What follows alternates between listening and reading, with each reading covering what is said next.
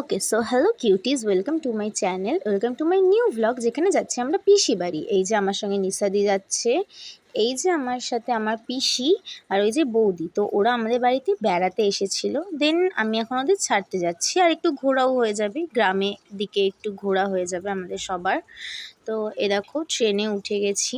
Maybe এটা আমি জানি না, কাটোয়া লোকাল। হ্যাঁ, কাটোয়া লোকাল। পুরোটাই গ্রাম সাইড, বেশ পলিউশন ফ্রি জায়গাটা, বেশ ভালোই ঘোরা হবে। এ দেখো দেখতেই পাচ্ছ আউটসাইড ভিউটা, খুব একটা বিল্ডিং নেই, খালি মোটামুটি ক্ষেত, পুকুর, গাছ এসবই রয়েছে, যথেষ্ট পলিউশন ফ্রি।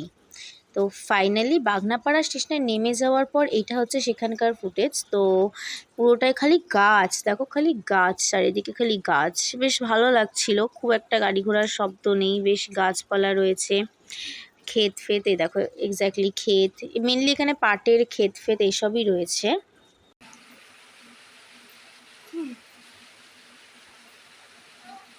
হ্যালো গাইস, আমরা এখন পৌঁছে গেছি। এই যে কিউটিস, এই দেখো দুপুরবেলা আমরা বড় বৌদির ঘরে খেতে বসেছি। বড় বৌদি ডেকেছিল খেতে। তো এই যে খাবার, মাছ হয়েছিল, ডাল হয়েছিল, আরও কী কী সব হয়েছিল। আর এই যে আমার ডালিয়া, আমি ডায়েটে আছি বলে ডালিয়া খাচ্ছি, ভাতটা একটু অ্যাভয়েড করছি। সো এটাই ছিল আমাদের দুপুরের খাবার। দেন বিকেলবেলা আমরা ঘুরতে বেরিয়েছিলাম কালনার 108 মন্দির, আর ওখানে কী সব জায়গা আছে ওসব দেখার জন্য। তো এ দেখো ঘুরতে বেরিয়েছি। এখানটা দেখছো জায়গাটা অ্যাকচুয়ালি কি সুন্দর। তো এই দেখো সেই 108 মন্দিরের গেট। এখানে আমার বড় বৌদি আর নিশা দিদি দাঁড়িয়ে আছে, আমরা বাইরেটা দাঁড়িয়ে আছি। এরপর ভেতরে ঢুকবো। আমার বোনও এসেছে, আর বড় বৌদির দুটি ছেলে এসছে। লাইক জায়গাটা দেখো কি সুন্দর না, জায়গাটা ভিউটাও কি সুন্দর, মানে ভীষণ সুন্দর লাগছিল দেখতে। ভীষণ একটা ফটোজেনিক একটা প্লেস এটা অ্যাকচুয়ালি। সো এই দেখো এটা আমার থোবড়া, ওইদিকে রিসাদি হাই করছে। আমি ওই মোমেন্টে ভাবছিলাম, ইস যদি একটু সুন্দর শাড়ি ফাড়ি পরে আসতাম, হেভি হেভি ফটো উঠতো এখানে, ভীষণ সুন্দর ফটো উঠতো। এটা হচ্ছে এখানে আমরা 108 মন্দির দেখতে এসেছি। এখানে জায়গাটা এতটা ওয়াও, লাইক আমি দেখাচ্ছি ভিউটা। So you can see this, it's actually a beautiful view. এই 108 মন্দিরে মেইনলি মহাদেবের শিবলিঙ্গই ছিল।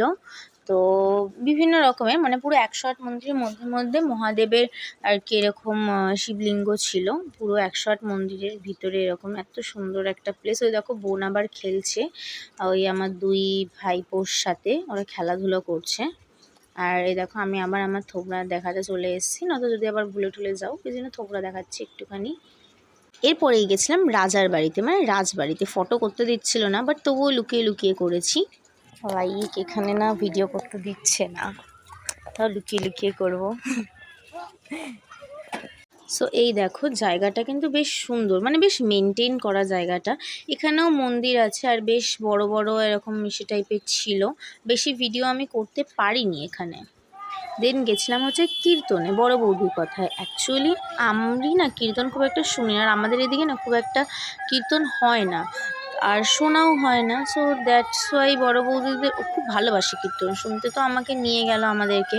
তো গেলাম, একটু শুনে নিলাম কীর্তন।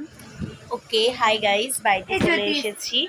এসে খেয়েছিলাম কি যেন, কি খেলাম একটা, ওই যে গজা খেয়েছি। দেন হচ্ছে খেয়েছি দুধ, আর ওখানে হচ্ছে ফুচকা খেয়েছিলাম, তারপর পাপড়ি চাট খেয়েছি। অত আমি রেকর্ড করতে পারিনি, কারণ খাওয়ার টাইমে তো আমি খাই একটু, রেকর্ড করতে তখন ভুলে গেছে, ওই জন্য এখন যে শুয়ে শুয়ে এনার সাথে গল্প করছি আমি। काला लग रहा है काला लग रहा है, हम फिल्टर मार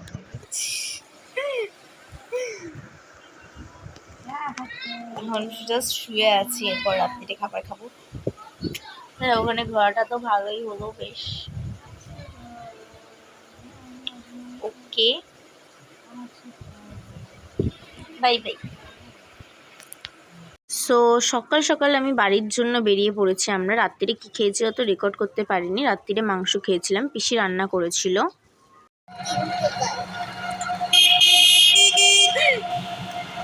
গাইস আমরা এখন বাড়ি চলে যাচ্ছি। কটা বাজে? হ্যাঁ, আমরা এখন বাড়ি চলে যাচ্ছি, সকাল সকাল বেরিয়ে পড়েছি পিসি বাড়ি গিয়ে, পড়া আছে আমাদের ওই জন্য।